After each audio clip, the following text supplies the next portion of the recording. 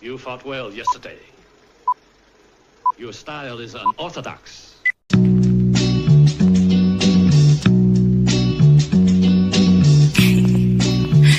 Scorpio. Good morning, Yankees universe, and welcome back to another episode of the Yankees Morning Brew on this Friday, May 2nd. Like always, I'm your guy Hector, joined by the compañera this morning. We got the lovely Grace Monroe, and all you Yankee fans, wake up and get your coffee. Grace, how you doing today? I'm amazing. How are you, Hector? Oh, I am ecstatic. I am excited. The Yankees play later on today against the Tampa Bay Rays. I will be at Yankee Stadium later on today. You know, it's a beautiful Friday. The weather's nice. The birds are chirping. You know, everything is feeling nice today. Spring is springing. Spring is springing. What more can we complain for, right, Grace? It's thunderstorming here in North Texas today. I got up before the sunrise. Rose before the sunrise today for Hector. Wouldn't do it for anybody else. Here we are on a Friday at a new time, new day, new time. Same old us though. So we're here to talk about the Yankees. We're here to give more and more and more flowers to Aaron Judge forever and ever. Amen. Facts.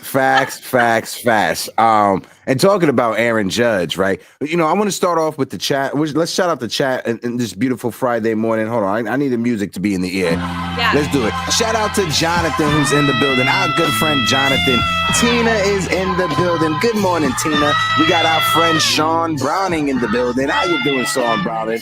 Theo Nosebleed section. Richie Squires is in the building, folks. If you guys can, hit that like button, hit that subscribe button. If you can share the live out so we can get more Yankee fans in the conversation. I just want to let you guys know, when it comes to subscribers, Grace, last episode, we were at 5,148. Right now, we are at 5,176, basically 20 new subscribers since the last show. We appreciate all the new subscribers. We appreciate everybody who has found us on YouTube. Again, we're building a community here. We're trying to have good conversations, good Yankee conversations, right? And like Alex says, shout out to my beautiful girlfriend who says the Uptown Sports TV chat guidelines, no hate speech or bullying will be tolerated. If you violate any of the terms and services for YouTube or our guidelines, you will be ejected from the chat immediately. Basically, let's just have a good conversation. Don't be a douchebag. This is intended to be a safe space to have these conversations. Spinning Mantis is in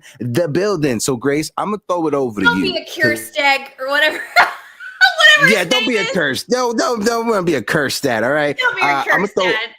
I would throw it over to you, Grace, to lead the conversation when it comes to our Capitan number 99, Aaron Judge. Go ahead, Grace. Oh my God, y'all. Okay, so every podcast lately, we've been starting it with Aaron Judge because honestly, where else can you start the conversation right now? This man, and every time we try to talk about him, I try to think up superlatives that I haven't used yet to describe what this man is doing. And your words fall short of the praise that he deserves. But I'm going to try. So I have some stats here that I wrote down. Ooh, we got the numbers. We got the numbers. Yeah, I'm still a spiral girl, you know? Tell me you're a 90s kid without telling me, because I know we have apps on our phones and notes and blah, blah, blah, but I'm like, can I have a spiral? Can I have a pen? Anyway, so my husband has been maintaining that Barry Bonds was the best, right? And so now I'm on a personal crusade. I took that personal. And I keep sending him all of these stats and videos and new evidence and all the stuff that what Aaron Judge is doing is in fact as good as Barry Bonds. And if you consider all the considerations, you know what I'm talking about, that has come out about what helped Barry Bonds, okay, and what is not helping Aaron Judge, he's better. I'm going to die on this hill. All right, I have the numbers right here in front of me. Now we know, pen and paper, yeah, nosebleed. I knew you had my back. Okay. Aaron Judge just had the best April ever, right? Yes. Best April in the history of baseball. Well, some people say, well, they didn't always play this many games in April. Okay, fine, whatever. You can split hairs if you want. The fact of the matter is, Aaron Judge now has the best April ever recorded in the history of Major League Baseball. And not only does he have the best overall April, he is now the sole record holder of 3 different offensive records in baseball in April. No one's ever had 50 hits before. No one's ever had 70 times on base, and no one's ever had 85 or more total bases in April. He is now the sole record holder of those 3 records. And going forward from now till the end of whenever, people will be chasing these records. These are records that you will hear brought up continuously when batters have great starts in April for the rest of our lives. We're going to be seeing this little statistic on the bottom corner of the screen. Aaron Judge, 2025 April. I'm telling you, we're watching history. Okay, but that aside, okay, let's move on. Let's get back to the Barry Bonds conversation. So I said to myself, let me take Barry Bonds' best season. Arguably, you could argue a couple different seasons maybe, but I said 2001. That's the year he hit 73 home runs. Yeah. Okay. So I've got the record. I've got the statistics right here. And I took Aaron Judge's last 162 games. Oh, you got it right here. Oh my God. Okay. Oh my God. I'm going to check my numbers right now and make sure I'm right. Aaron Judge's last 162 games, his batting average has been 366. In 2001, Barry Bonds' batting average was 328. Give me a shots fired. Give me shots fired, Hector. Thank you. All right. In the last 162 games, Aaron Judge has had 162 RBIs. In 2001, Barry Bonds had 137 RBIs. Give me shots fired, Heck. Y'all, we did not rehearse this. All right. In Aaron Judge's last 162 games, he has hit 64 home runs. Oh, my God. Barry Bonds had 73 with a little extra help, okay? And 162 games, Aaron Judge is a 1.265 OPS. Barry Bonds in 2001, 1.379 OPS. Barely higher with a little extra help. You know what I'm talking about. And of course, Barry Bonds' slug must have been outrageous, which helps that OPS number, right? Yeah. And as we know, Aaron Judge is bringing not only the home runs, but he's giving us triples, doubles, singles in the gap. I mean, crazy overall complete hitter right now. And I'm going to drop the mic right there, baby. You like that? Listen, like Grace, that? I couldn't have done that any more better than you can. Drop some W's in the chat for our good friend Grace Monroe, who the numbers this morning. I just want to say shout out to Richie Squires with the $10 super chat helping us keep the lights on over here. Richie Squires. Oh my God.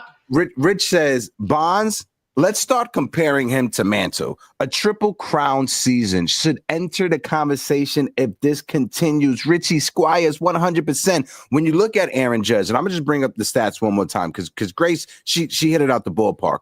Over the last 162 games, dating back to last year, Aaron Judge with a 366 batting average, a 492 on base percentage, 773 slugging, 64 home runs, 162 RBIs, 142 runs scored, 210 hits, 37 doubles, 12 stolen bases. It's fair to say, and I think we all have to start admitting it right now, Aaron Judge is the best right-handed hitter, if not the best hitter we've seen in this generation. Like somebody put it in the chat earlier. Hold on. I just want to. My guy, Richie Martinez, it says, Judge is Bonds without the Roys. Just like Bonds, he's getting better in his mid-30s. You don't normally see this from a baseball player, especially in this day and age when you don't have that extra juice to give you a few extra years and bodies start to break down. Aaron Judge's body is not breaking down. knock on wood. He is getting better with time. He is getting better the more he is out there. And the numbers that Aaron Judge is putting up is warranting that label of being the better of this generation. Growing up a Yankees fan, right? And I'm not sure if everybody in the chat has been a Yankees fan their whole life, but let's assume for the sake of conversation, we've all grown up as Yankees fans. And when we were kids, I don't know how old everybody is, but when I was a kid, you know, we had Jeter and all the stuff, but I couldn't really watch them growing up in Texas. This was before MLB TV, right? I could only see them in the postseason, right? So I didn't get a lot of that. What I got a lot of was when I was a little bit older and we had A-Rod, Robinson Cano, and that squad was my squad, right? Still Mariano Rivera, but it was the tail end, you know, and that was my squad. But being a Yankees fan and looking back at all the dynasty teams is what you hear about. You hear the legend of Mickey Mantle. We didn't watch him. You hear the legend of Joe DiMaggio. You hear, you know, about the hit streak that Joe DiMaggio had and the power that Mickey Mantle had sending balls out of the stadium. It sounds like a superhero. And you think as a kid, man, I wish I could have watched Mickey Mantle play. I wish I could have watched Babe Ruth play. You know, we're all watching The Sandlot. I wish we could have seen Babe Ruth play every day. Years from now, kids will be saying, I wish I could have watched Aaron Judge play. Yep. We're watching Absolutely. it every night. It's what a time to be alive. Yeah, no, 100%. You're right, Grace. Because I remember growing up as a young Yankee fan, and like you said, I grew up with the Derek Jeter, I grew up with the Bernie Williams, the Mariano, Andy Pettitte, then Alex Rodriguez, Gary Sheffield. That's the team that I grew up watching. But while I was watching that team, while I was learning about baseball, I kept hearing about Mickey Mantle. I kept hearing about Yogi Berra. I kept hearing about Babe Ruth, Lou Gehrig, and some of the great Yankees. Even and Reggie. That's how it's going to be, and Reggie Jackson as well. And that's how it's going to be in the future when it comes to Aaron Judge. Like you said, we are blessed to be able to watch Aaron Judge at this moment. Yankee fans, baseball fans that are out there, just take note at this time in baseball history. You are watching a legend. You are watching somebody that's going to go down as a Hall of Famer. Now, on the flip side to it, because I said it when we was in spring training, I said it when I was down there in Florida, Grace, Aaron Judge for this 2025 season, he's on his revenge tour. I've been saying it since spring training. He's coming into the season with a chip on his shoulder because what happened in the World Series, and you're seeing it right now. No shade to the man that we're not going to name that's in Queens right now. I know he had 2 home runs yesterday where I was at that game. They lost, but regardless, he admitted he's missing Aaron Judge. He has admitted he is missing. It is different not hitting in front of Aaron Judge. And when you see players around Aaron Judge, you see the Paul Goldschmidt of the world. You see the Ben Rice of the world, right? All of them are learning from Aaron Judge. More Ben Rice than Paul Goldschmidt, but Aaron Judge leads by example. He leads these young Yankees that are on the field. Look, we brought it up the last game. We have about 6 to 7 guys in the lineup that are all homegrown talent, and Aaron Judge is leading that charge. He is leading by example, and he is our captain for a reason. Absolutely. I couldn't help but laugh a couple days ago, and I can't remember which game it was. It was recent, within the last week. Aaron Judge was up to the plate, and he grounded. He hit a ground ball. He did advance the runner. I can't remember what game it was. It was late innings. But as he was walking to the dugout, this man was shaking his head like he was so upset with himself because he went 3 for 4 instead of 4 for 4. I mean, the amount of discipline and how he strives incessantly for perfection is unmatched. It's ridiculous. You know, like Jazz said about Judge, he's putting up numbers that take some people an entire season to reach. And he's done it in just a couple weeks. So, I mean, but he won't rest. You're right, Hector. He's on a revenge tour, and he will not rest. I cannot wait to see. God, please put a white light of protection around Aaron Judge and get him to October, because he has something to prove. Yeah, and, you know, is very cliche. We said it in the past, and we saw it. actually play out. When Aaron Judge is not in the lineup, when Aaron Judge misses a significant time of the season, this team is done. We're not going to the postseason. We saw it when he ran into that wall in LA, that wall we all hate because of that big ass toe he got. We saw what happened that season, right? We missed the postseason because of that injury. Aaron Judge is literally Mr. Put you on my back and I will carry you to October. That's what he's doing at the moment. The Yankees, they have a 3-game set coming up against the Tampa Bay Rays. I know we lost 2 out of 3 against the Baltimore Orioles. I get that. I understand that. We got flipped the page. Now we're on to the Tampa Bay Rays, another division rival. Grace, what is your keys going into this season, this series against the Rays? Look, you know what drives me crazy about the Yankees, and I've said this before, is they win games they're not supposed to win. They lose games they're supposed to win. I mean, they don't make any damn sense sometimes. And people come out and say, oh, the Yankees only beat teams that are below 500. False. That is not true. They love to lose to teams that they have no business losing to. But with all that being said, we should handle our business. We have Max Fried going, the top of our rotation, right? And the Rays, they're struggling. We need to take advantage. We do have some people on the Rays we need to watch out for who kill us every time, but we should be able to navigate this homestand, I think. So hopefully it all goes well. Yeah. No, I'm with you. There's a lot of key matchups that I'm looking forward to. Junior Caminario coming to the Bronx. I'm a big fan of Junior Caminario with the Tampa Bay Rays. They got an electric rookie in Simpson, who is amazing, fast. He's the Flash, literally out there on the baseball field. He is the fastest baseball player that I've ever seen. Defensively, he's amazing.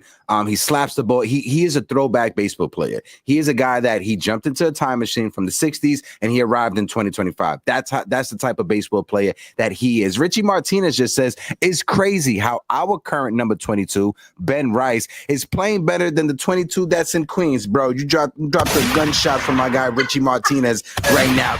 Because Richie Martinez, you spitting facts, bro. Folks, drop some W's in the chat for our guy Richie Martinez. Sean Browning is in the building, who says the fact pitchers, they pitch afraid to Judge, and he's putting up these numbers.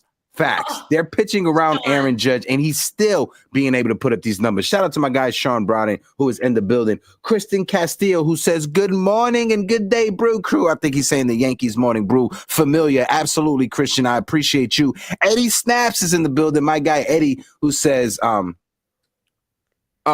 pitcher threw a wild pitch just to walk George. Yeah. Say, Eddie. They say that's what Tony Gwynn used to do. They would try to pitch around Tony Gwynn. They'd throw him trash, and he would reach out across the plate and get a base hit from it. That's the legend of Tony. I never watched him play, but that's what they say. That's the legend of Tony Gwynn. Yeah. And Aaron Judge is looking like a combination of both Barry Bonds and Tony Gwynn at the moment. Shout out to my guy Mikey Caliendo in the building. Roro, how you doing? Salute to Roro. Salute to my guy JV as well. Folks, make sure you guys go and download and follow Baseball Diamonds Discussions. Make sure you guys go and follow Roro and JV. They podcast that they have on Spotify and on the Apple Play Store. Well, please, por favor. Now, moving the conversation just a little bit forward. Back to the Tampa Bay Rays. Today for the New York Yankees, we have Max Fried on the mound, right? Carlos Rodon in his last start was amazing. That's 3 straight starts that Carlos Rodon has given us quality starts. The issue with the Yankees starting rotation is that outside of Max Fried and now outside of Carlos Rodon, our starting pitchers are not going deep into games. And this is something that cannot be sustainable at all. If you're a team, if 3 days out of the week or 3 times through your rotation, your starting pitcher is only giving you 3 or 4 innings, you're going to burn out your bullpen. And in April, at the end of April, going into May, we're on the verge of burning out our bullpen this early into the season. We need guys to give us length. We need guys to give us innings, and we need guys that could at least get us to the 6th inning. Grace, what's your takes on that? Folks in the chat, let us know as well. What is going on with Marcus Stroman? Who? This is the weirdest shit I've ever seen. Like, they asked him, so what's going on with Marcus Stroman? Oh, he's still got a knee thing. Got a knee thing? What injury is that, my guy, that sounds fake as shit. What are we doing? If you're going to Phantom IL him forever, just release him. What are we doing? Like, what? Seriously, Hector, I'm dead serious. What is going on with Marcus Stroman? Is he refusing to pitch? Is he? What is going on? I'm gonna button up my top button for this one, right? Because I got to get professional. It's not. There's inflammation and it's going to be 4 weeks and we're checking on it. Blah blah. We've heard nothing. It's the most vague. It is shady. What's going on? First of all, I want to shout out my guy Caleb Vasquez in the building. Caleb, how you doing, big dog? Hope all is well. I'm be professional, Grace, when I say this. Yeah. Okay, please. Marcus Stroman is not pitching again for the New York Yankees.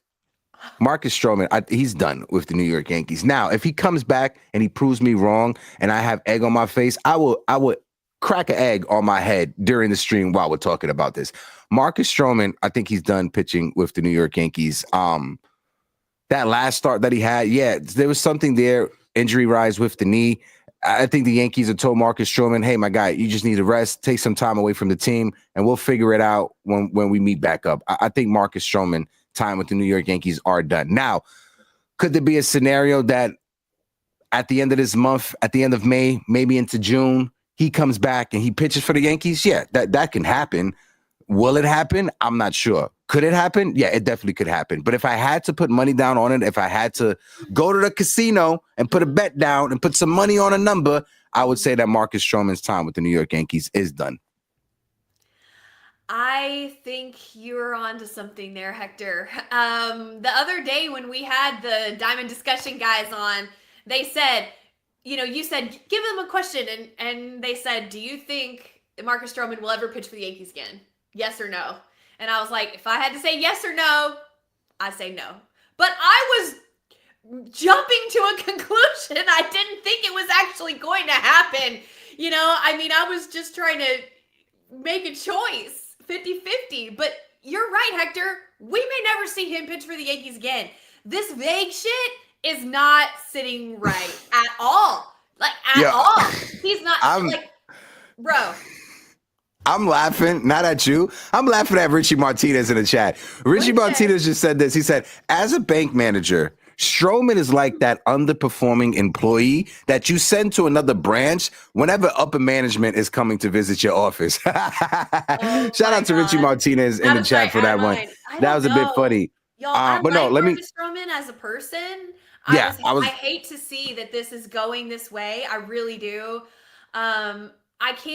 It's hard for me to believe that there's nothing left that he can offer this team. Nothing, not even in the bullpen, not even anywhere. But that's where the trend is going. It's looking like they aren't even giving us a timetable. They're not even checking in with him.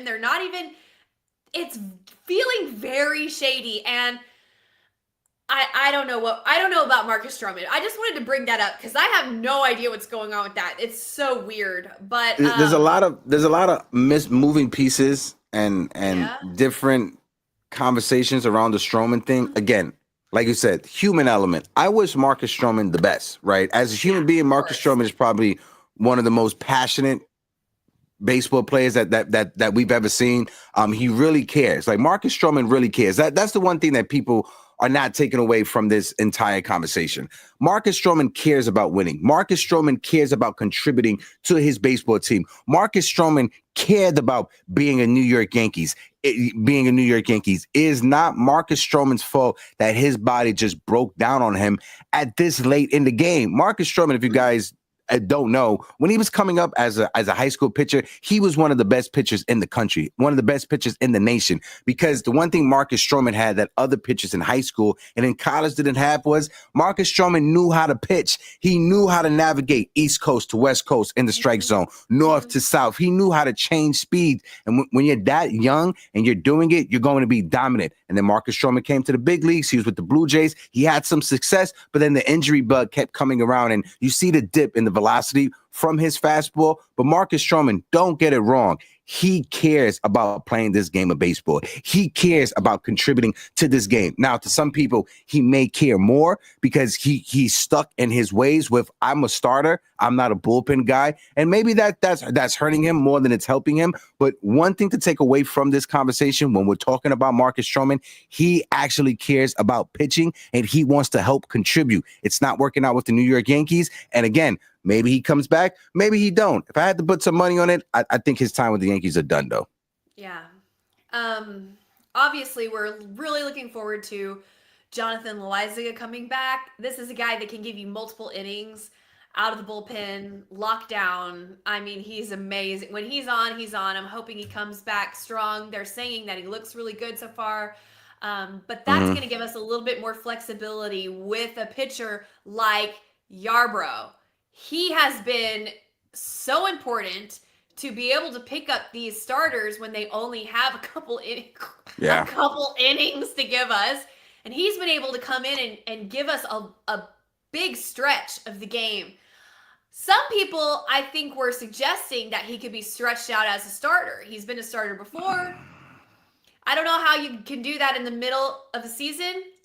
But I think long relief is really, really valuable in this bullpen. And if you're going to have two starters, Carrasco and Warren, who sometimes only give you 3 innings, once through the lineup, having long relief pitchers is so important. We have Yarbrough. He's been great.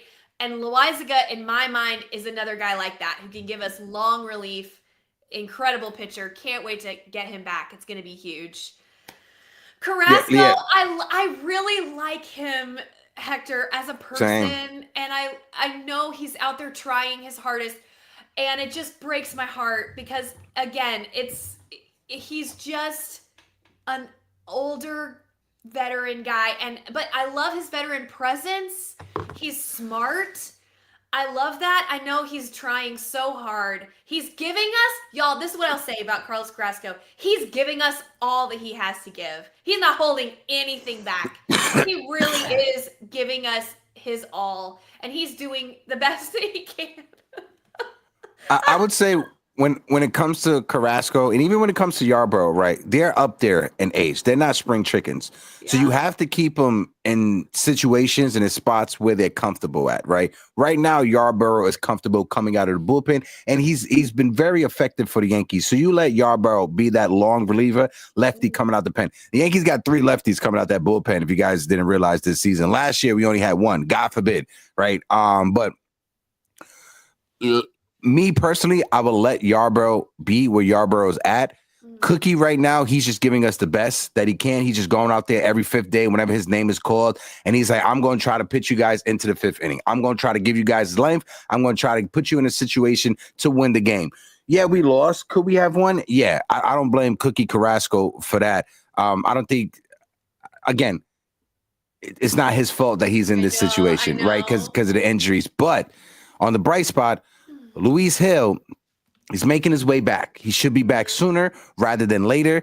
If the Yankees were to make a move, I know we got some news with Giancarlo Stanton. We'll touch on that. I think if Brian Cashman was to make a move trading-wise, I think he'll be trading for a starting pitcher before bringing in a bat to this lineup. Maybe a reliever as well. Hey, Alexis Diaz with the Cincinnati Red, the all-star closer, he got optioned to AAA because he has been struggling this season. Maybe that's a guy that Brian Cashman can call up the Reds and try to fleece and try to turn him around over here. Alexis Diaz, somebody who was an all-star closer in the past, who has great stuff. He just can't find it this year. Maybe Matt Blake can fix him. That could be a project for Matt Blake. But as of right now, I would say the Yankees are probably in line when it comes to the trade market for a starting pitcher or reliever more than they are on a bat.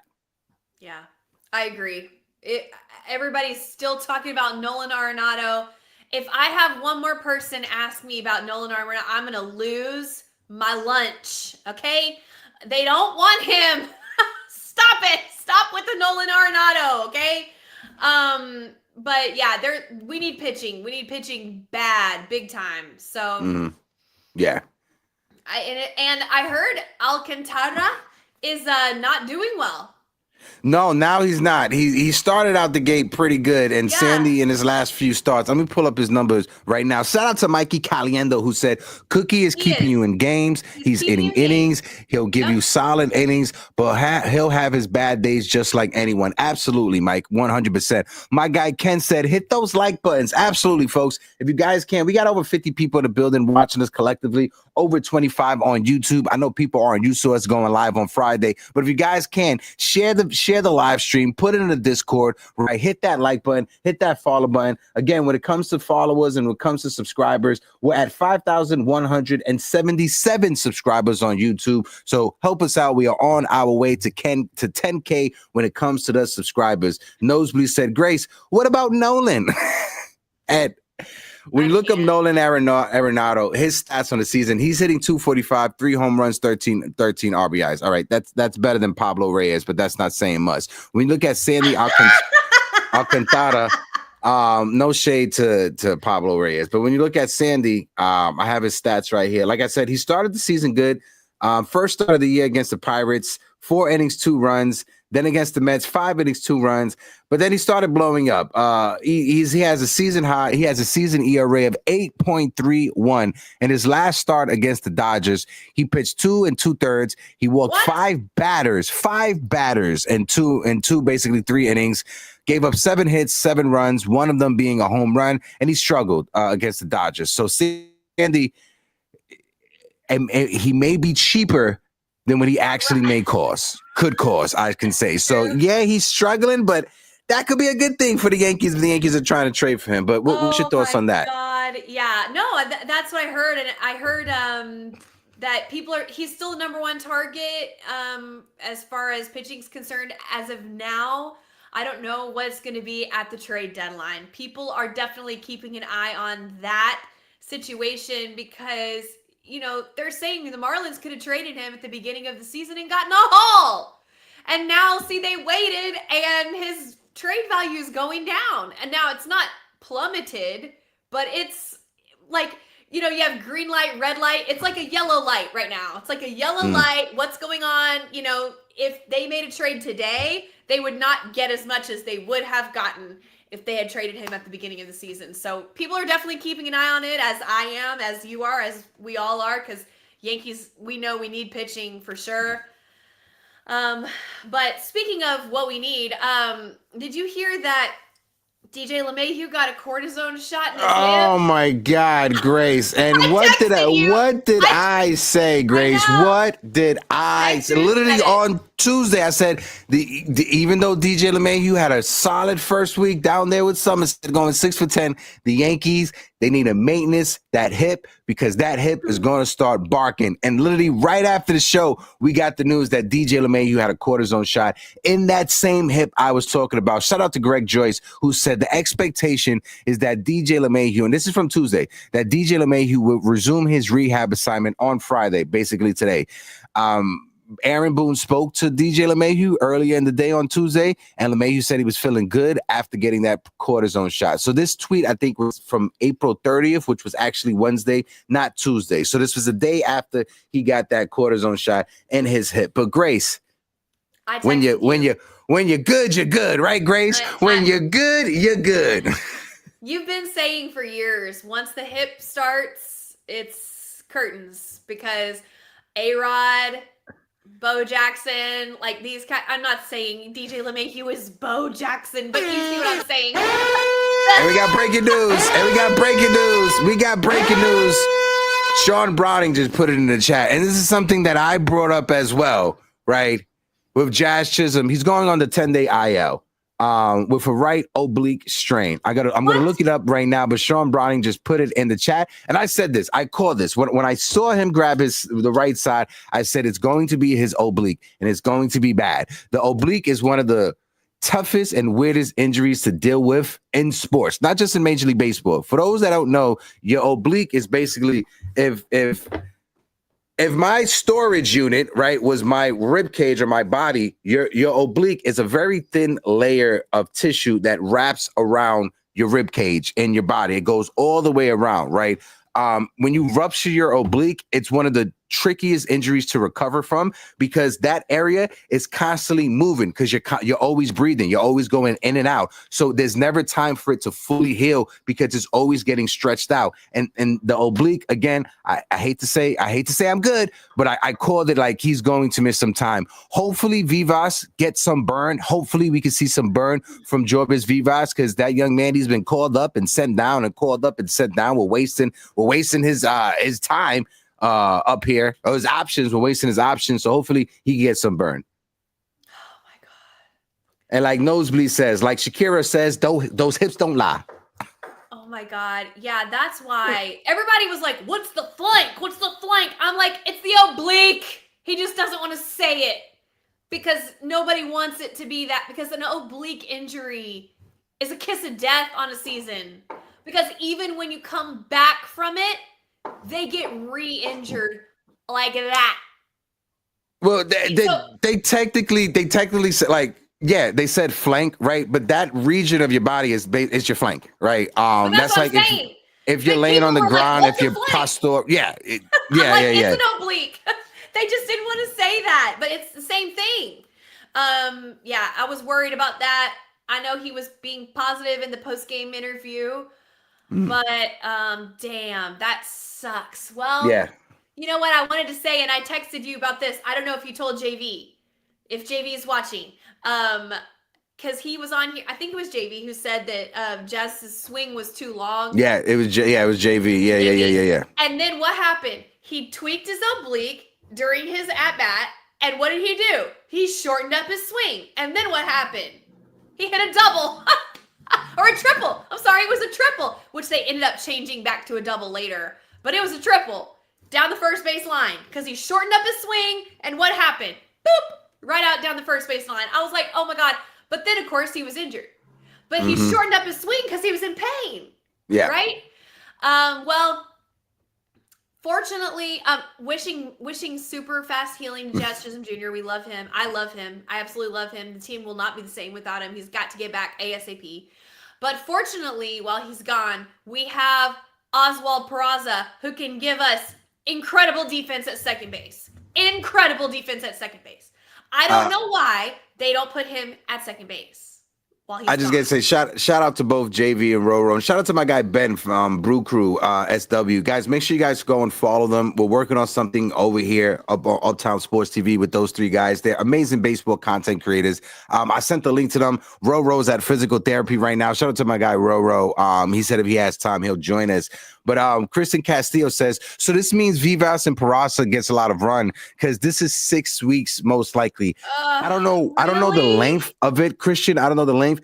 Oblique could potentially be that long because the oblique injury was something that Aaron Hicks was always dealing with. Aaron Hicks was always injuring his oblique. That's why he was always out. But yeah, it could lead to 6 weeks. There's nothing official yet that says it's going to be that long. He's on the 10-day IL. So let's see what happens when it comes to Jazz Chisholm. That's what Jason Dominguez had too. After his Tommy John, he got his oblique injury, and it was I'm just a bit bummed because, like I said, I'm going to be at Yankee Stadium today. I was going to be working the game, and I wanted to speak to Jazz Chisholm about Shohei Ohtani's anime entrance that he had, like walk-up music. He came up with like Sailor Moon, and I was going to ask him which song would he like, but I'm not sure if he'll be available now that he's on the IL. Shout out to my guy, the Ace Avenue. My fault, I didn't see Ace in the chat. I was up there looking the stuff on Twitter, but shout out to my guy, Ace Avenue. Make sure you guys go and follow Ace. Ace, drop the link in the chat right now, por favor. Ace says, the baseball guys love them some DJ LeMahieu. They are leaving the door wide open for his return. Absolutely. And I wish I had that audio to play. Up in the sky. It's a bird. It's a plane. No, it's DJ LeMahieu coming to save the Yankee season. That's what it is. All right. It's DJ La Máquina coming to save the Yankee season. But I got it right now. I'm going to pull it up on the screen because this is directly from the New York Yankees. And thank you again, Sean Browning, for bringing this up. Thank you. This literally came out like right before we started the show. Prior to tonight's game, the Yankees made the following roster move. They recalled Jorbit Vivas, the 90th prospect number 90 from AAA Scranton Wilkes-Barre, and they placed Jazz Chisholm on the 10-day IL. It's retroactive to the 30th of April, so it's basically just 8 days because they retroacted it.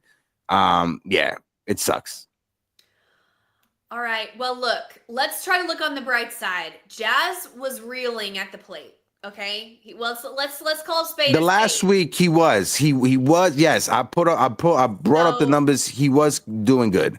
So maybe this will be good for him. He'll get a little mental reset. I'm trying to be positive. Take a little break.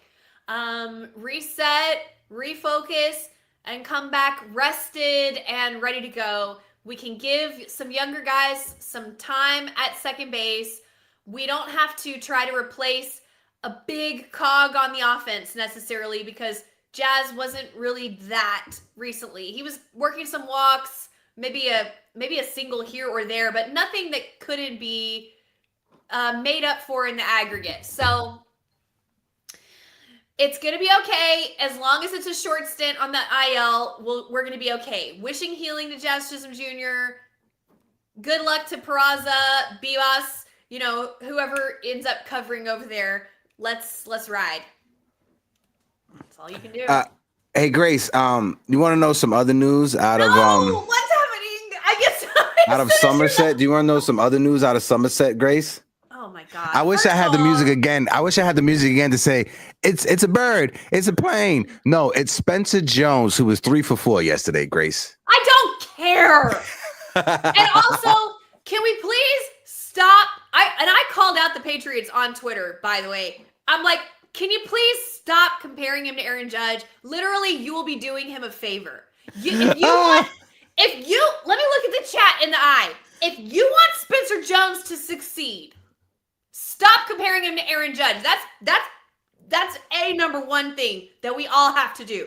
Stop putting him in the conversation with the best hitter of all time, with the GOAT of the Yankees, Aaron James Judge. You will be doing Spencer Jones a service. Just let him be his self. Let him be a great player in his own right. You're really sabotaging him. I promise you that. Because I can guarantee you one thing, Hector. Spencer Jones is no Aaron Judge. I don't think he is either. But this swing is very identical. I didn't put this out. This is from Fireside Yankees, and this is from Somerset. I didn't put this out. I know. I'm just saying this narrative is not going to age well. I'm telling you right now. If we want Spencer Jones to succeed, we all as Yankees fans need to stand up and say, stop. Keep the captain's name out your mouth. Really, I'm telling you, it's hurting Spencer Jones. And he keeps on switch. Hopefully, this batting stance is his new batting stance. Because look at it right now. This was, I think, on April 4th, right? Look on the left, how he's just upright. And then 429. This was a few days ago, like 3 or 4 days ago, and he has a different batting stance. So hopefully, this young man, and again, it's like he's sitting on the toilet. Hopefully, this young man. You heard me. I didn't hear you. And hopefully, Spencer Jones, regardless if he stays with the Yankees or they use him in a trade, hopefully he can make it to the big leagues. That's all I can say when it comes to Spencer Jones. LB just put it in the chat. That's great. I hope he improves. That's great. Oh, LB, I don't think this is true. Jason Dominguez will be traded or sent to AAA due to the lack of contact versus lefties. Watch Brian De La Cruz will be playing a lot. When you look at Jason Dominguez, his numbers against right-handed pitching, he's hitting over 300. He's hitting over 320 against right-handed pitching. So I don't think the Yankees will be sending him down anytime soon or trading him away. But you will see Brian De La Cruz against lefties. Yeah, because when you look at his career splits against righties, lefties, he kills left-handed pitching more than he does right-handed pitching. But I think Jason Dominguez, he's safe. Good morning, Jonathan. I appreciate you. Yeah, like Sean Barnett says, Volpe is not Jeter, and Jason Dominguez is not is not Mickey Mantle, and Jones is not Judge. Absolutely, 100%. So another Yankee prospect that I do have to talk about, and I do want to bring up, is George Lombard Jr. George Lombard Jr. had his first month of full baseball at the minor league level. He hit over 300. Right. He's only a teenager right now in high A ball. Oh my God. He's top 10 in on base percentage in that league. Amazing. He's the number one. He's the number one prospect in the Yankee system right now. He's rising fast. I mean, he's conquered the level with a quickness. That is very impressive. You know, it's not like he's had 2 years in AA and he's going 3 for 4 and everybody's, you know, so excited. Hector, you brought up Spencer Jones. You were trying to pick a fight. No, I was trying to set it up for, for George Lombard. We have to have the George Lombard conversation, you know, but as of right now, George Lombard, this is his numbers through 21 games. He has a 309 batting average. He has a 500 on base percentage, and he has a 456 slugging, a 500 on base percentage. Wow. As a teenager. 11 stolen bases in 21 games. Wow. And he's playing fantastic Gold Glove defense. A lot of people already say that defensively, George Lombard Jr. could be at the big league level, right? They having a conversation with the Latino journalists at the Mets today. They brought it up when we was having a conversation. They compared him to Yadier Molina. When Yadier Molina was a teenager, when he was like 19, 20 years old, in 2004, he was up. They had him up. He was horrible hitting to the point that they would have the pitcher hit ahead of him in the lineup because that's how bad he was when it comes to hitting when he first came up to the big leagues. But Tony La Russa always said his defense is the reason why he's up here. I will have his defense in that lineup every time, regardless of his offensive production. And that was when he was 19, 20 years old, back in 2004, when he couldn't hit. Again, they used to literally bat the pitcher ahead of him in the lineup because they felt that was the best way for them to win games when Molina was a rookie. And I think with George Lombard Jr., I don't think the Yankees have a need to call him up right now, but he would be in the big league sooner rather than later. And a big part of it will be his defense and speed more than his hitting. But his on-base percentage to be 500, I know it's high A ball, but that right there is impressive for a teenager. Absolutely. When we were watching him in spring training, you could tell there was something different about that kid. And the way that he was bonding with the squad, you know that the squad knows that there's something different about that kid. Not that they don't bond with everyone, but they were treating him almost like, you'll be up soon. We're friends. We're cool. You know, they could see something in him for sure. And I felt really old because they were talking about, how young he is and everything. And I'm like, he's cute, you know, little guy on the team, wish him the best. Then they showed his dad in the stands. And I said, his dad's fine as hell.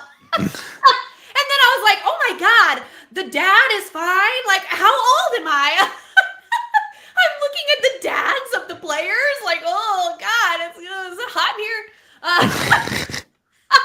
But yeah, with George Lombard Jr., he is rising very, very fast. I could definitely see him being on a fast track. And if he was on another club, he would be almost called up. You know, unfortunately for him, the Yankees, you know, can afford to go out and pay free agents and sign people. And a lot of other clubs don't have that luxury. So if they have anybody young who can be serviceable in the major league, they call them up right away. Get up, because they want cheap players. I mean, just saying it, you know, but he'll be up soon. I do think so. They love him, and for good reason. Roro just put in the chat, Grace is being nice to a prospect. I'm going to play the lotto. Absolutely, Roro. I would, excuse me. That being said, I appreciate that. I want to be nice, but I also want to win the World Series right now. Facts. And as good as George Lombard Jr. is, I don't think that any prospects are untouchable. That's just my philosophy. I don't. Oh my God! For the right package, it would have to be the right package. I'm not just gonna go out there and trade prospects for anything, right? But for the right package and the chance to win a World Series right now, I'm gonna listen. I'm gonna listen to, you know, what people have to say. Why are you like this? I can't. I want to shout out the chat before we continue. Richie Martinez said, "Dad bod summer." Absolutely, Richie Martinez. We're going to touch on a Giancarlo Stanton topic right now, but before we do that, I had the opportunity yesterday, Grace, and we talked about this backstage, to interview one of my favorite players growing up as a kid yesterday. And that was Orlando Hudson. Orlando Hudson is a second baseman, former major league player who played for the Toronto Blue Jays, the Arizona Diamondbacks, the LA Dodgers in his career. And, you know, me, when I was growing up, when I played baseball, second base was the position I played. And I had 3 players that I looked up to. Obviously, Robinson Cano, because he was a Yankee. But outside of Cano, it was Orlando Hudson and it was Brandon Phillips, who were my favorite players in baseball because we played the same position. And I had a chance to interview Orlando Hudson yesterday while I was working at the Mets game. So we're going to play that and we'll be back. Friends, this is your guy Hector checking in from City Field with Latino Sports, and we are here with Orlando Hudson, the old dog. Orlando, how you feeling?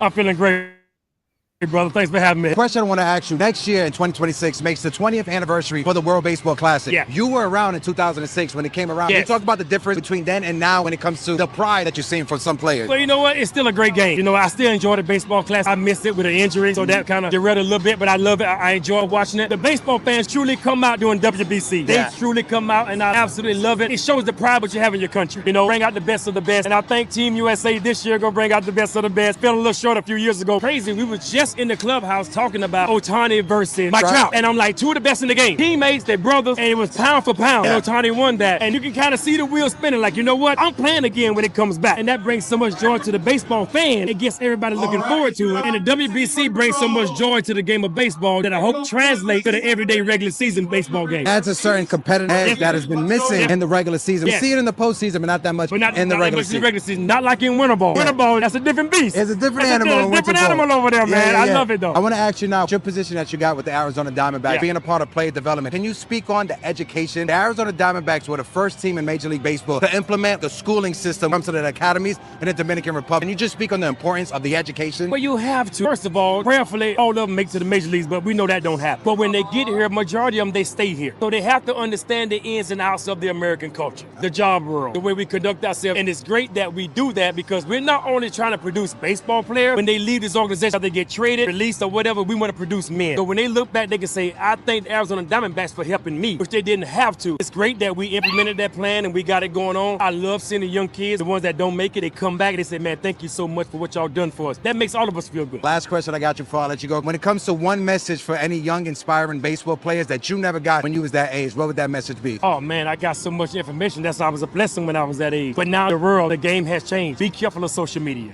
Social media. Be careful. And I get it, young kids. I get it. You want to put your brand. You want to do this and that. You got to post every movement. But that's how you end up getting hurt, end up getting robbed. You're putting your life and your family at risk. There's so much behind social media. Yes, social media, so some aspects is great because of how you use it, but we can get careless. And there are a lot of young minds. They can get careless with it. But young players, social media. If you want to make a name for yourself, try getting a hit. City Field with the bases loaded.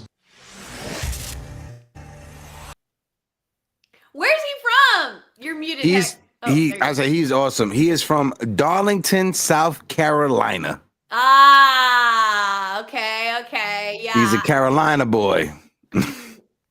You know, I was listening to that, and he said, I think blah, blah, blah, except he said, I thank blah, blah, blah, I thank. And I go, oh my God. And then later with the automated captions, it translated it to thank instead of think. I'm like, oh my God, his twang. That's awesome. What a great energy. What a wonderful light. What a gracious person. You know, that's a great interview, Hector. Yeah, thank you. I want to shout out my guy El Don Sicardio. Shout out to El Don Sicardio in the building. El Don, how you doing? He says, you're Hector, El Father, Miss Monroe. What up, chat? Long time no see. First of all, guys, if you guys aren't following my guy El Don Sicardio, make sure you guys go and follow him. Make sure you guys go and follow my guy Ruben as well. NYY News El Numero Uno. Ruben, they put out great content. They do great work over there on NYY News. Make sure you guys follow the familiar. Don, we got to get you back over here on the channel. I miss you, my guy. Salute to you, brother. Let's keep on going, though. Appreciate you, JV, for that. Sean Bryan says, super fast talker. Absolutely. He definitely is a super fast talker. Nathaniel Crenshaw is in the building. How you doing, Nathaniel? Mikey Caliendo says, old dog was the man. Love watching him play. Great interview. No, 100%. Thank you guys so much. Like I said, I had to run up to him and tell him, like, listen, I don't want to I won't be unprofessional, but you was one of my favorite players growing up as a kid. I said anytime I played any baseball game, I always traded for you and I always edited your stats and had them at 99, my guy. I always thought you was the best, and he caught a chuckle and he had a good laugh behind that. So shout out to Orlando Hudson. It was a great interview. But now on to the Giancarlo Stanton news. We got to talk about Giancarlo Stanton. Giancarlo Stanton was placed on the 60-day IL yesterday by the New York Yankees, and the Yankees, they claimed Brian De La Cruz off of waivers from the Atlanta Braves, and they optioned him to AAA. Yeah. I heard that it didn't mean that much because he wasn't going to come back before 60 days anyway.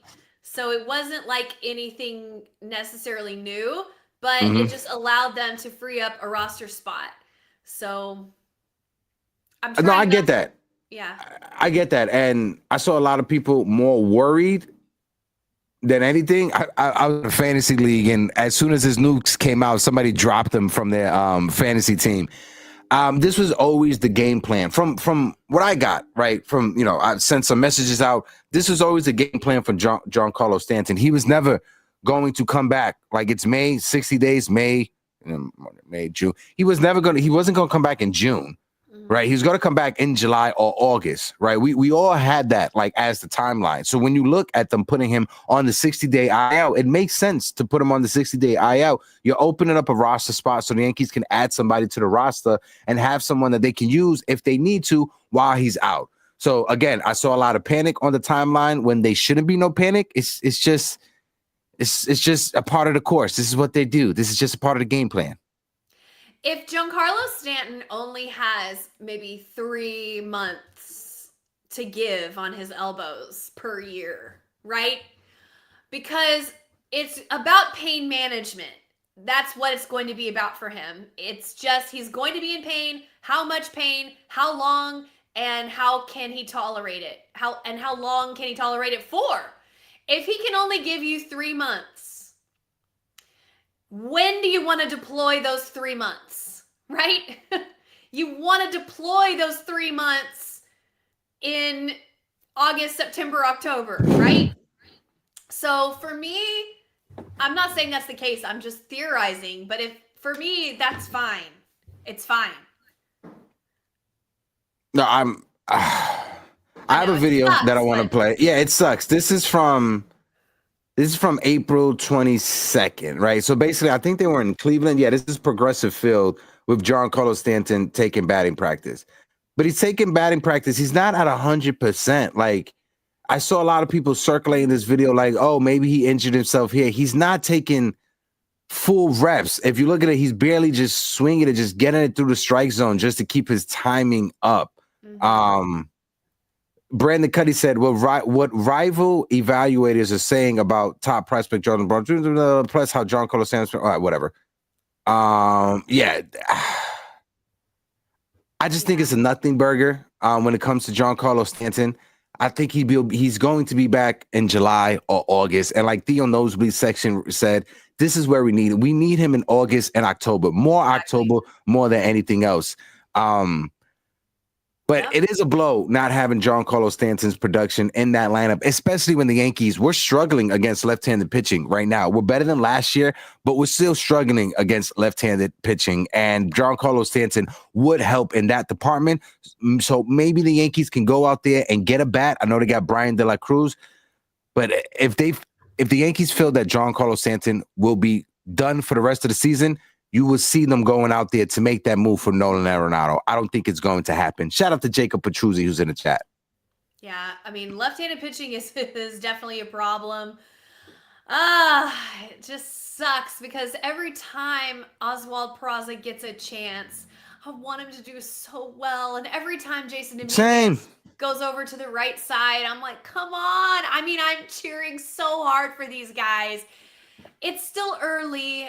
I know Jason Dominguez's numbers don't look good from the right so far, but he's a rookie. He is a rookie who is lighting the world on fire from the left side, and the right is not. But he needs reps. He needs some patience. It's May 2nd or whatever it is today.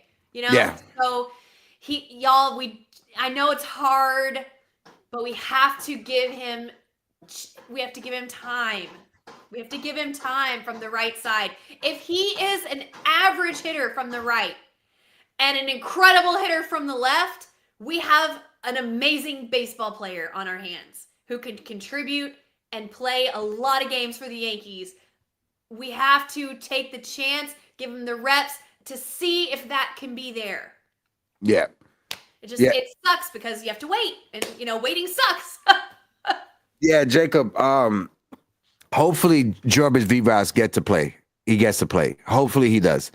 Jazz is on the IL for 10 days. Let's see how long this oblique injury is. Normally an oblique it could be hit or miss. It could be quick. It could be long. Like the oblique is a very tricky injury to try to come back from. The last person we're going to touch on, the construction noise really is blowing minds.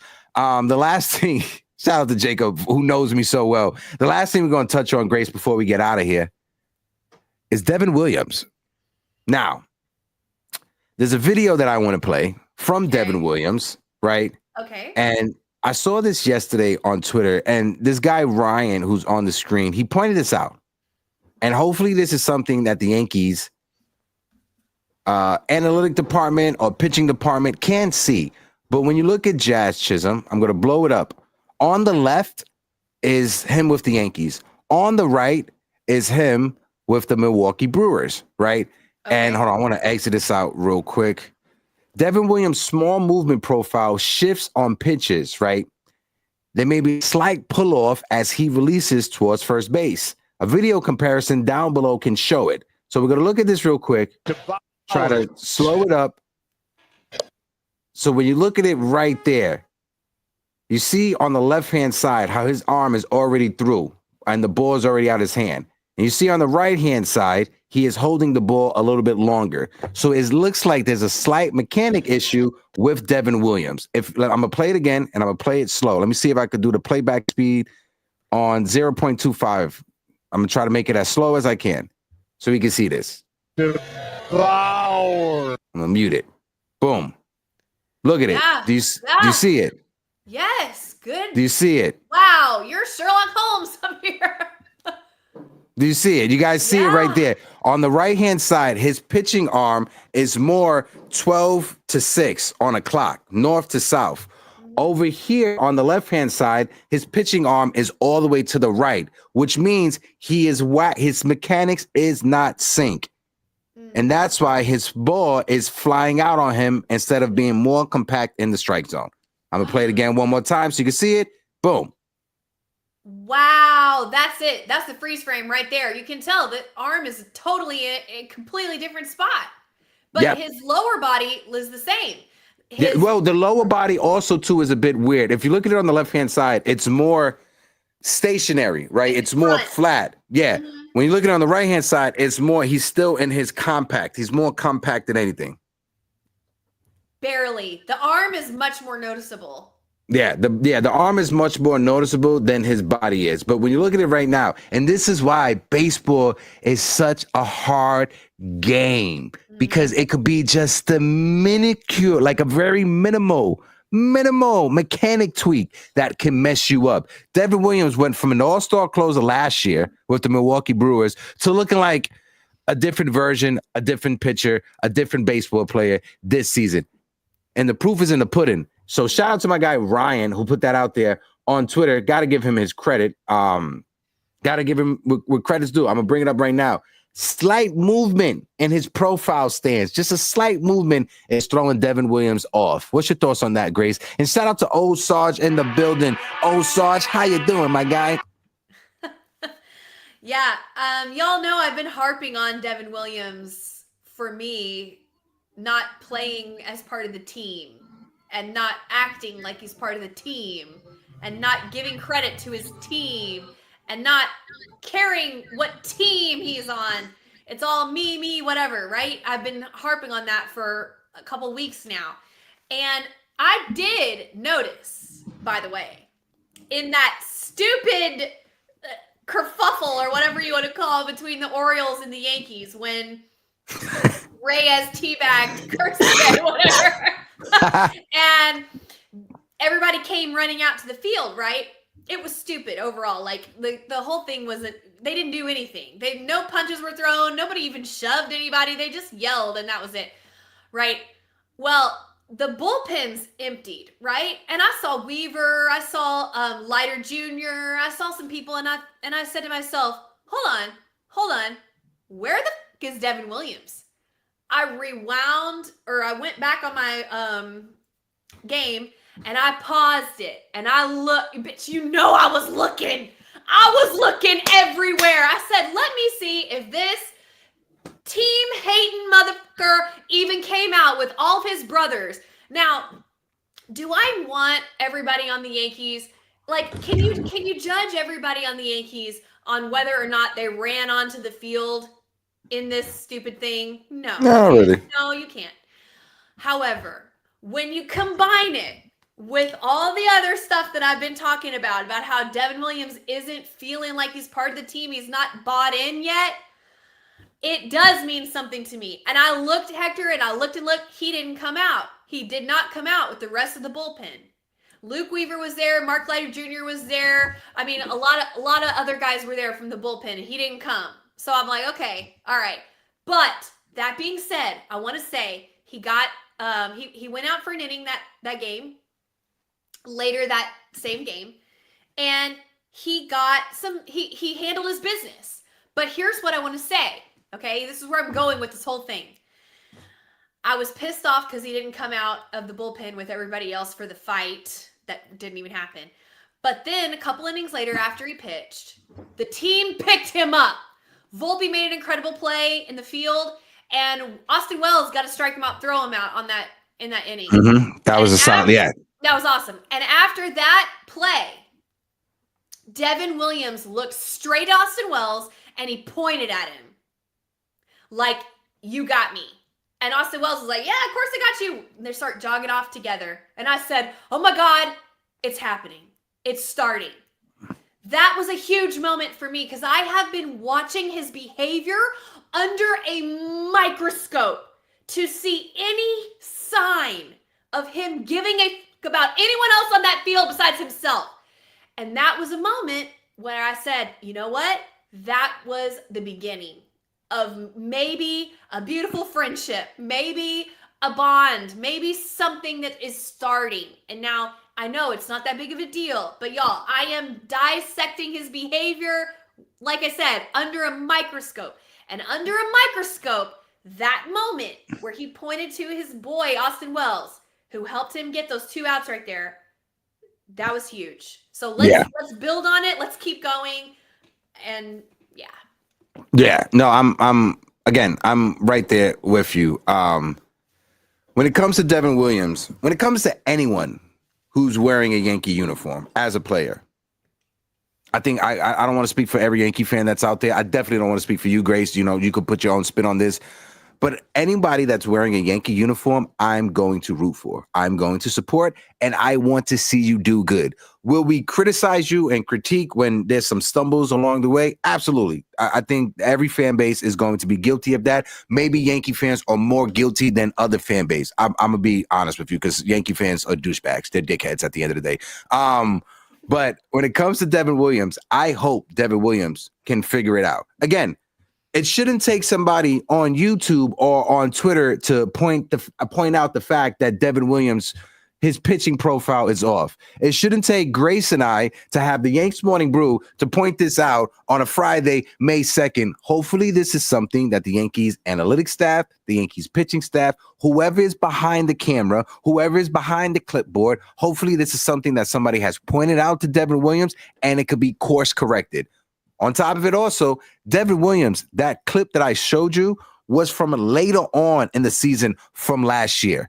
Always remember, when you look at Devin Williams splits, he struggles the first 2 months of the season. So I don't have a video from last April to compare him to this April. The video that we're comparing him to is from last September. So that may be not fair because in September he was lights out. So maybe a little bit unfair with that. So again, hopefully this is something that as the season goes on, he can correct it, because the Yankees already released a statement. They already put it out there that they expect Devin Williams to be the closer for the season. He's not the closer right now, but they expect him to be the closer later on down the line. Sorry about that, Grace. Go ahead.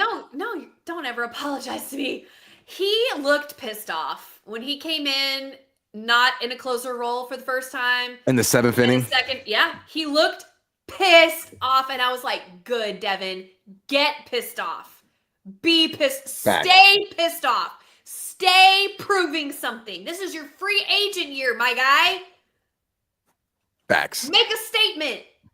We want that out of you, you know? And if sending him down to a different spot in innings for a couple weeks helps him find that fire again, then great. Mm-hmm. It all works out.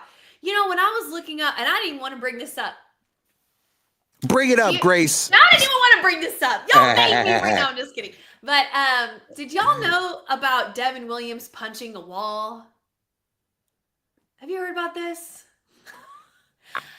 I haven't confirmed. Yeah, I haven't confirmed the validity to it, but I've seen some people talking about it on Twitter. Well, I looked up validity from beat writers from the Milwaukee Brewers. Multiple confirms and confirmation. And Devin Williams even admitted it, which a lot of the Brewers fans commended him for admitting it and being honest. He got a little too celebratory when the Brewers clinched. I think it was the division. I'm not sure if it was the division or what. And they were drinking, they were partying, and he punched a wall, broke his hand, and was out for the remainder of the postseason. I didn't even want to bring this up because when I was on my tirade about how he's not a team player, and he doesn't worry about the team, I was going to bring that up. But I'm like, you know what? Let me leave the past in the past. You know, we've all had those nights. This is why men need therapy, because there should be no reason Devin Williams is punching a wall. Why are you punching a wall in September when you clinched the division? Again, that's all jokes. It's y'all look it up. I'm not lying. Like I thought, no way this is true. And then I remembered at the time hearing about some pitcher that punched a wall and me being like, what an idiot. But I didn't know who it was. And now he's on the Yankees. It's Devin Williams. That's who it was. He punched a wall and was out for the remainder of the postseason. Couldn't help his team in the postseason run. This is so, okay, on the negative side, you're like, that's not a team player. He's not looking out for his boys. Like, that's careless. You can't be careless with that kind of stuff. On the other hand, you're like, you're like, well, he's passionate. You're trying to be positive. He's passionate. He's explosive. He cares. It shows that he cares. It shows that he cares about winning and about his team. Again, maybe he needs to channel that energy into something more constructive. Maybe.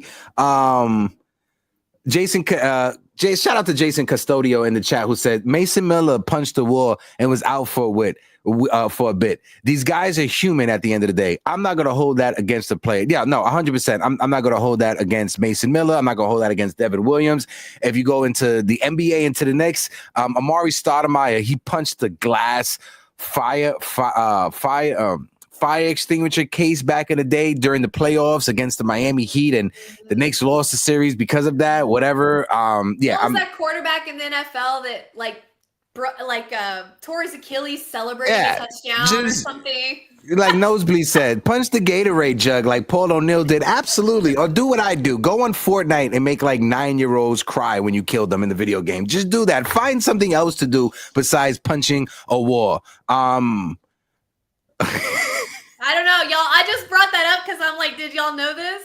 I'm not really trying to make a grand point about Devin Williams. This is just part of his past. So again, I'm not judging him on it. I thought about bringing it up a couple episodes ago when I was on my tirade, and I decided not to.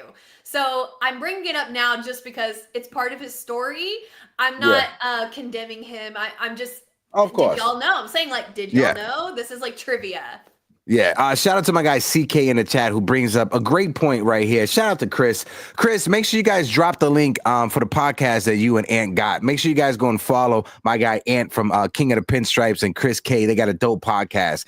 Chris says a lot of top tier relievers, they get eased into the season, meaning their timing, command, and feel for pitches take a little longer to lock in. It's normal. I'm not worried about the airbender. And same, I want to repeat the same thing that he said, because it's not only Devin Williams, it's Emmanuel Clase who's struggling at this moment, right? I pointed out Alexis Diaz with the Cincinnati Reds. They sent him down to AAA so he could figure it out. Edwin Diaz from the New York Mets, he's struggling as well to start the season. So, not that many pitchers can be Luke Weaver, that are just dominant all year round. And shout out to Luke Weaver.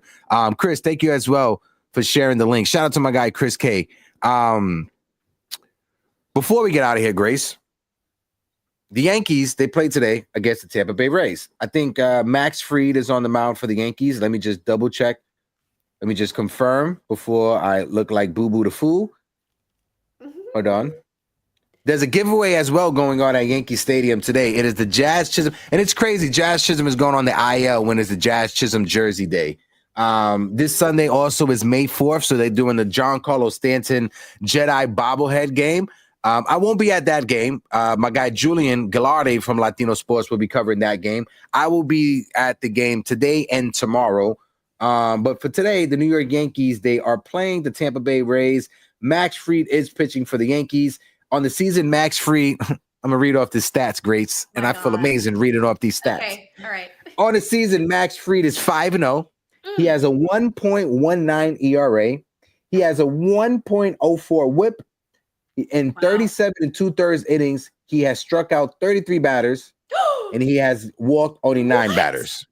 33 batters he has struck out in 37 innings. Max Fried, if there's ever been anybody who's lived up to the hype, to the contract, that is Max Fried. I know Garrett Cole has won a Cy Young with the New York Yankees, but that first season with the New York Yankees, it wasn't all rainbows and sunshines. First couple of seasons with the Yankees, Garrett Cole was struggling. He was giving up a lot of home runs. Everybody kept saying, oh, he's not the same without the sticky substance, and he worked his way back, and he pissed his ass off to win a Cy Young.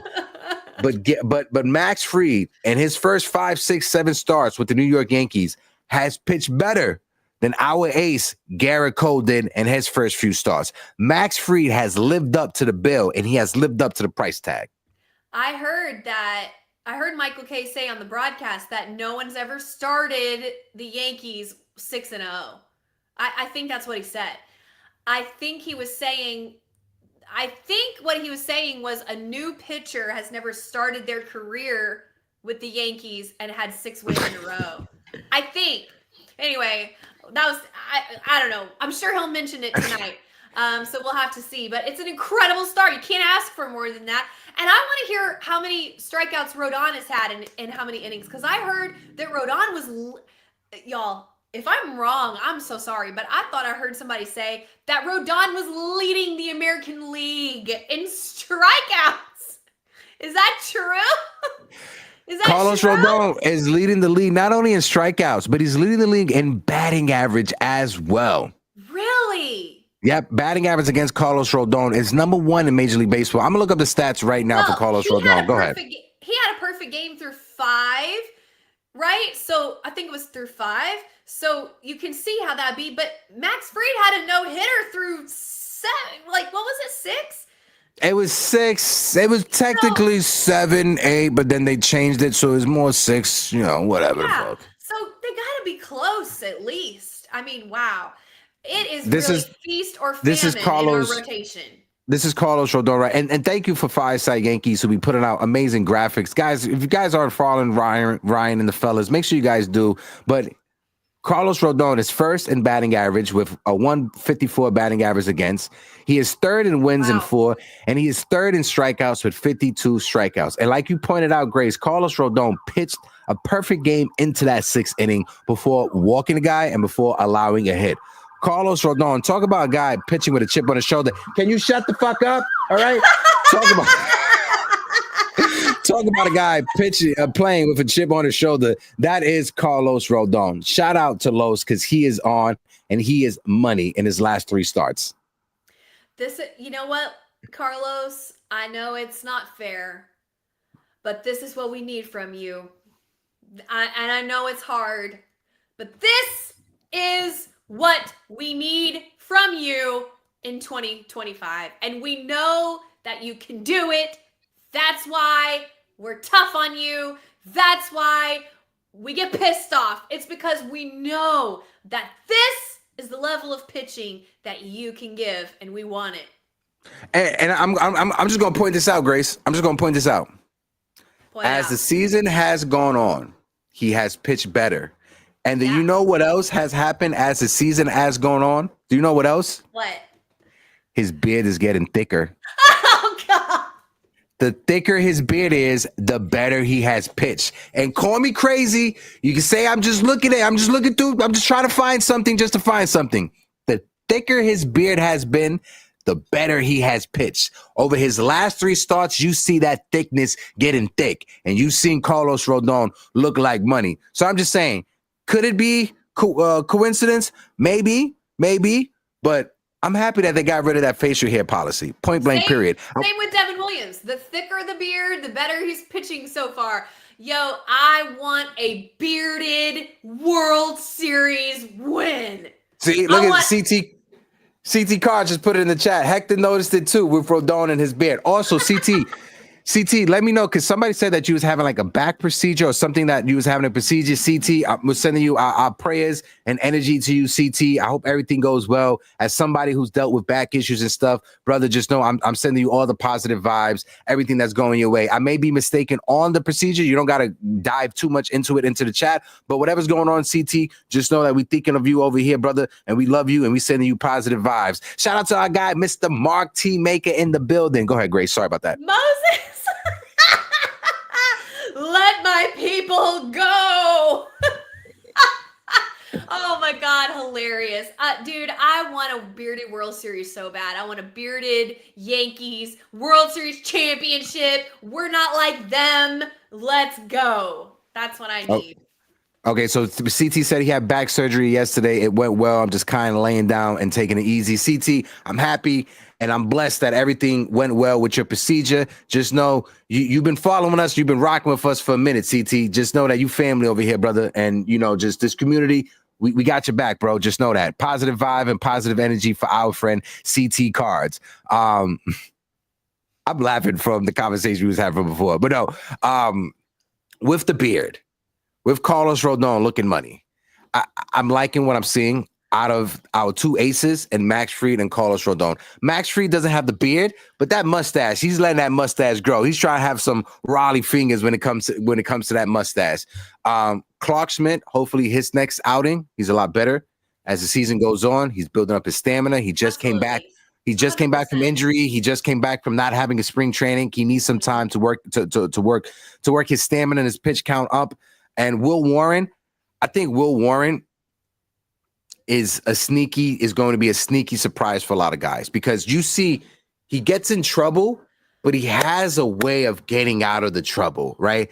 And sometimes he gets hit and they score some runs when you can't always live on a tightrope. But to see a rookie pitcher, to see a guy that he pitched last year, I know this year is technically his rookie season, but to see a starting pitcher who can get into trouble and get out of trouble the way that Will Warren has gotten out of trouble by striking out the side and striking guys out, I feel as the season goes on, as he learns how to pitch at the big league level, I think Will Warren is going to get better and better and better with more repetition out there, just like Clark Schmidt coming back from his injury. He's definitely learning. It's just like what I was saying about Jason Dominguez in left field in spring training. It's like the more mistakes he makes, the more he learns. You don't learn from doing it right. You learn from doing it wrong. Mm-hmm. And you fix, you adjust, you grow, and you do it better the next time, and you do it better the next time, and you do it better the next time. And that's what I see in Will Warren. I feel like he is reminding me of Clark Schmidt. Was it last year or year before? The year before. I would say the year before. Yeah, the year before when he was still trying to figure it out. Yeah, 100%. 100%. suffering from lack of run support or errors in the field. And incredibly, our defense is so good this year, but yet it feels like, to me, when Warren's on the mound, he's been suffering from just bad luck, bad throws. Oswaldo Cabrera sailed that throw over Goldie's head a couple times while Will was on the mound, and then he's got runners. Now, it's things that should have been taken care of that he has to navigate his way through, and that's part of being a starting pitcher. Again, he's learning, but I do feel like he's suffering from a little bit of bad luck as well. It reminds me of when Clark Schmidt was doing that, but hopefully they'll stay with him and he'll keep learning and he'll figure it out soon. Yeah. He wasn't supposed to be up this year. He wasn't. He wasn't. The Yankees coming into spring training, we were all talking about, on paper, the New York Yankees potentially could have the best starting rotation in baseball. And then injuries happen. Injuries happen to Luis Hill, to Clark Schmidt, to Daddy Cole. And now we have to figure out who we're throwing out there. We got Carlos Carrasco, who is giving us his best. Shout out to Cookie. I think he deserves to be with the Yankees. He's going out there, and like I said, he's trying to give us the best that he could give us. Like Roro said earlier, it's going to be some days that he's going to pitch you in the game. He's going to keep you in there into the fifth inning. And there's going to be some games where he just doesn't have it. And his last start against the Orioles was just one of those games. We got the lead early, but then he gave it right up because he just didn't have it. And it's going to happen sometime when you have an older pitcher whose stuff has diminished. When he slid into first base to try to get the runner, I was like, oh God. Because I felt that shit in my hip. I felt that in my hip. Same. I'm like, Carlos, God love him. He was trying to get the out, and it was a bang bang play. He wasn't thinking, he was reacting, and he plays with all of his heart. He really does.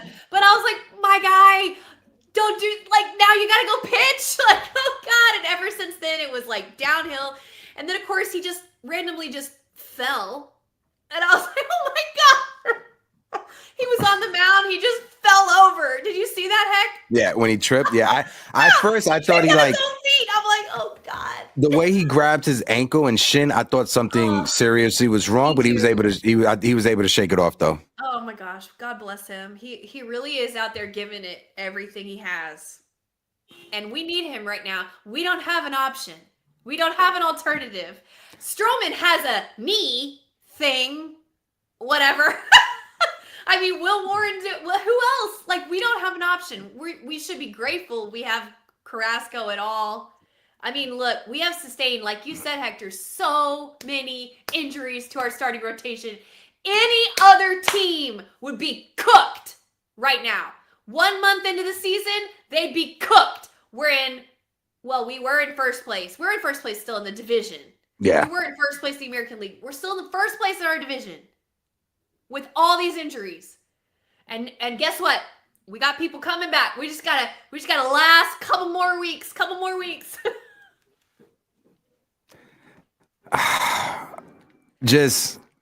And this is the thing that Yankee fans are going to get upset at, right?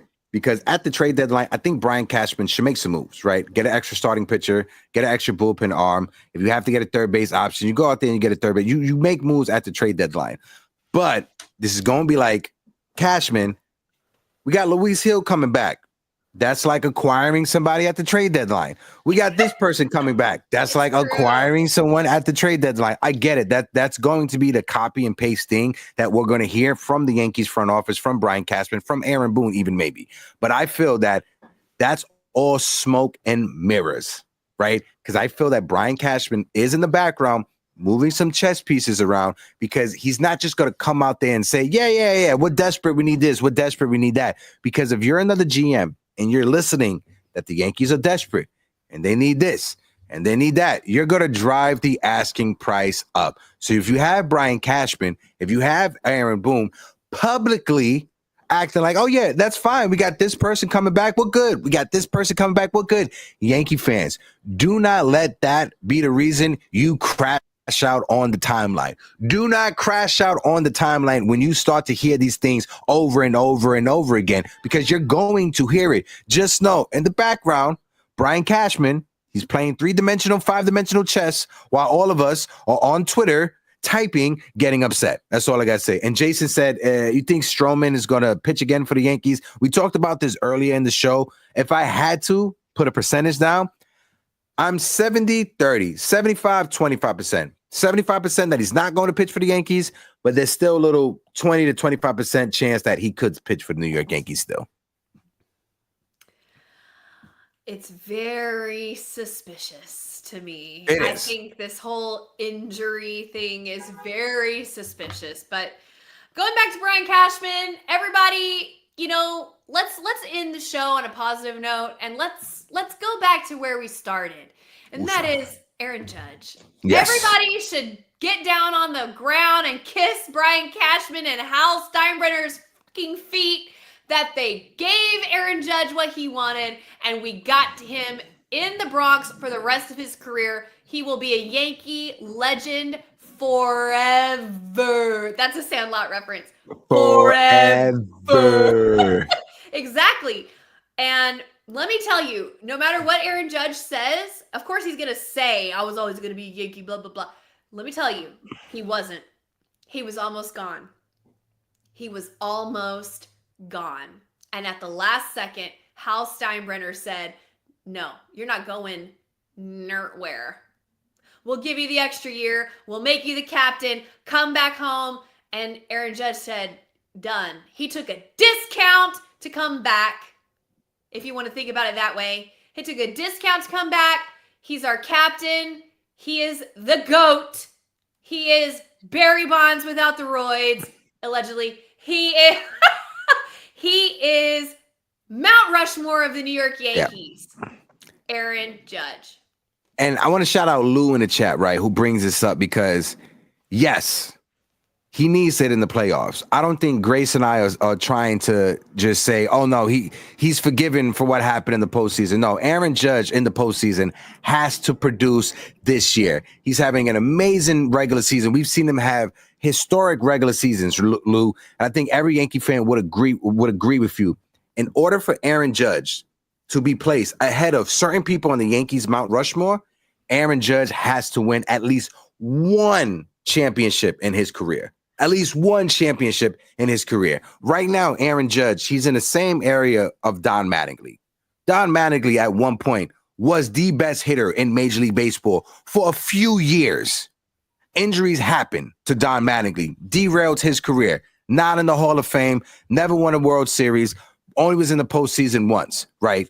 We get that. That's the stain on Don Mattingly's career. That will always be the blemish when it comes to Don Mattingly. That's where Aaron Judge is right now. Aaron Judge, he's been in the postseason.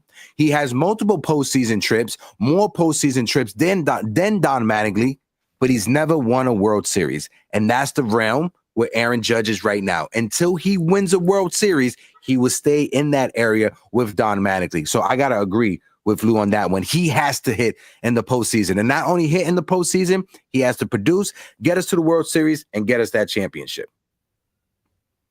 You know who else didn't hit in the postseason? Who? Barry Bonds. Until 2002, when he took them to the World Series against the Angels, even though they lost. That's going to be 2025! Now, I got one thing that I want to play because you guys know I'm a big connoisseur of the animes, right? I like the animes, right? Whenever Aaron Judge is on, this is what is playing in my head. And shout out to Major League Baseball for putting this out there. You don't wake up a legend. You build it brick by brick, one swing at a time. And he is a hero. Aaron Judge is my hero. Folks in the chat, we appreciate all of you guys for tuning in. This has been an amazing episode of Yankees Morning Brew. We started on a Friday at 10 a.m. I will be at Yankee Stadium later on today. I'll be at Yankee Stadium tomorrow as well, working media for Latino sports. If you guys are at the stadium, make sure you guys run down on me. I like to always meet people IRL, take photos, take videos, and chop it up and talk Yankees. So again, if you guys are going to be at Yankee Stadium today and tomorrow, make sure you guys hit me up, shoot a DM. Like I said, they're giving a jersey out today and they're giving a giveaway out on Sunday. So that means get to the stadium early because those lines could be hectic. Grace, any last words before we get out of here for this beautiful chat? All I wanted was the Giancarlo Stanton Jedi bobblehead. And is that so much to ask? If I was going to the game on Sunday, Grace, I would get one for you. It's I just can't. I love Star Wars so much. Like I'm a bigger nerd than y'all even know. Okay, I promise you this. Oh, that's a fact. That's a fact. I keep my mouth sealed. Grace is like, do not talk about it online. I'm like, all right, I will not embarrass you, even though I want to embarrass Star you. Wars, and I love Giancarlo Stanton, and I just wanted that so bad. I text Hector, is there any way that you could slide me Giancarlo Stanton? He was like, I'm not going to the game. I'm like, no. It's true. It's true. All right. Well, hey, go Yankees. And Max Fried is him. Let's get 6-0 for Max. Mad Max. Well, I guess we can't call him Mad Max because old ass Scherzer. But anyway. Dang, that was shots fired. I didn't mean it like that. Anyway, let's go. Max Fried, go Yankees forever. Peace out. Yes.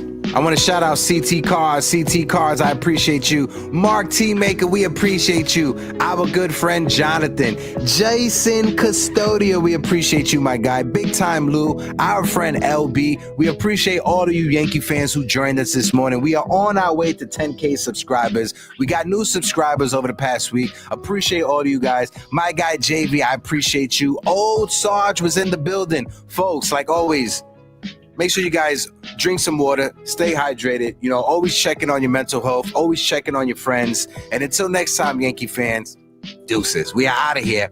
Vamonos. You fought well yesterday. Your style is unorthodox.